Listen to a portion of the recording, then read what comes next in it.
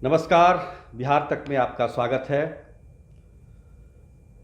बिहार में नई सरकार के गठन की प्रक्रिया शुरू हो चुकी है।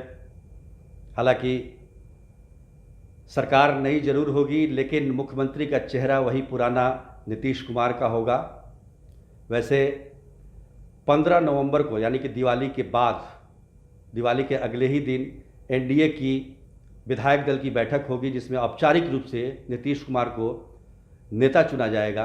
और उसके बाद नीतीश कुमार राज्यपाल के सामने सरकार बनाने का दावा पेश करेंगे और फिर शपथ ग्रहण समारोह होगा। हालांकि उसके बारे में स्पष्ट तौर पर नहीं बताया गया कि वो 16 नवंबर को होगा या 17 नवंबर को, लेकिन प्रक्रिया शुरू हो गई है।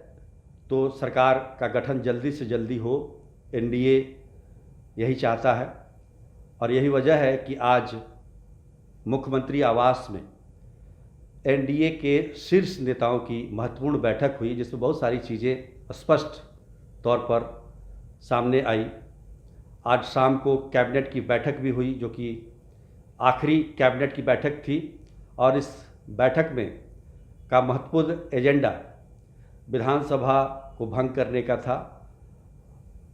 भंग करने की सिफारिश को लेकर मुख्यमंत्री नीतीश कुमार लगभग 4:40 पर राजभवन पहुंचे और उन्होंने राज्यपाल को विधानसभा भंग होने और साथ ही अपना इस्तीफा भी सौंपा। राज्यपाल ने उन्हें अगली व्यवस्था तक सरकार चलाने का आदेश भी दिया, यानी कि वो केयर टेकर रहेंगे जब तक अगला शपथ नहीं हो जाता। 15 तारीख को ही सभी एनडीए के घटक दल भी अपने अपने विधायक दल के नेता का चुनाव करेंगे। बीजेपी की तरफ से कहा गया है कि 15 नवंबर को सुबह 10 बजे के आसपास उनके विधायक दल की बैठक होगी, उसमें नेता का चुनाव होगा। और जेडीयू के भी नेता का चुनाव उसी समय होगा। तो कुल मिलाकर अब औपचारिकता रह गई है सरकार के गठन को लेकर, लेकिन कुछ सवाल हैं जो नए रूप में, नए ढंग से उसे देखा जा रहा है। सरकार का गठन हो गया है, पहले भी बीजेपी और जेडीयू की सरकार रही है, लेकिन उसके कंपोजिशन में अंतर आया है। पहले जेडीयू बड़ी पार्टी थी, अब बीजेपी बड़ी पार्टी है।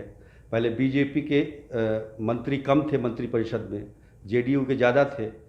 अब क्या स्थिति होगी, इसको लेकर आकलन किया जा रहा है और संभवतः एनडीए की बैठक में इन सारी बातों पर चर्चा हुई है।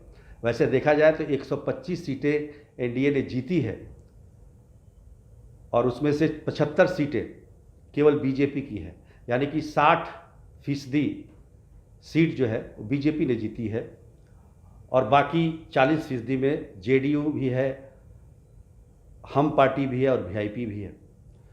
तो सीट जिसकी जितनी होती है, भागीदारी उतनी ज़्यादा होती है। ये बात एक तय फार्मूला है। अगर 60% बीजेपी ने सीट जीती है तो बिहार में अधिकतम 36 मंत्री बनाए जा सकते हैं। उसमें से उसकी हिस्सेदारी करीब 21 मंत्री पद पर जरूर होती है और उसके बाद 11, हम कह सकते हैं कि 11 के करीब जेडीयू की भागीदारी होती है। लेकिन ये परसेप्शन की बात है, आपस में क्या तय होता है ये देखना होगा। वैसे माना जाता है कि अगर आंकड़ा निकाला जाए तो करीब 3.5 विधायक पर एक मंत्री का हिसाब बैठता है। तो उसी हिसाब से आप अंदाज़ा लगा सकते हैं कि कितने विधायक, कितने मंत्री बनाए जा सकते हैं। पिछली सरकार की बात करें तो 33 मंत्री थे, उसमें से 20 मंत्री जेडीयू के थे और 13 मंत्री बीजेपी के थे, लेकिन इस बार ये उल्टा होगा। दूसरा सवाल एक विधानसभा अध्यक्ष को लेकर भी है। दोनों दल चाहते हैं कि विधानसभा अध्यक्ष उनका हो। पिछले विधानसभा में जेडीयू की तरफ से विजय कुमार चौधरी विधानसभा अध्यक्ष थे। इस बार बीजेपी की तरफ से भी ये दावा किया जा रहा है, लेकिन जेडीयू के पास एक तर्क है कि विधान परिषद में जेडीयू के माफ़ कीजिएगा बीजेपी के अवधेश नारायण सिंह सभापति के पद पर मौजूद हैं, इसलिए जेडीयू का कहना है कि विधानसभा के अध्यक्ष का पद उन्हें दिया जाए। इस पर भी अभी बातचीत चल रही है। कौन कौन मंत्री होगा, क्या विभाग होंगे, इन सारी बातों पर चर्चाएं लगातार जारी है। कल दिवाली है, कहा गया है कि दिवाली मनाइए और उसके बाद फिर से सरकार बनाने की प्रक्रिया शुरू होगी दिवाली के अगले दिन से।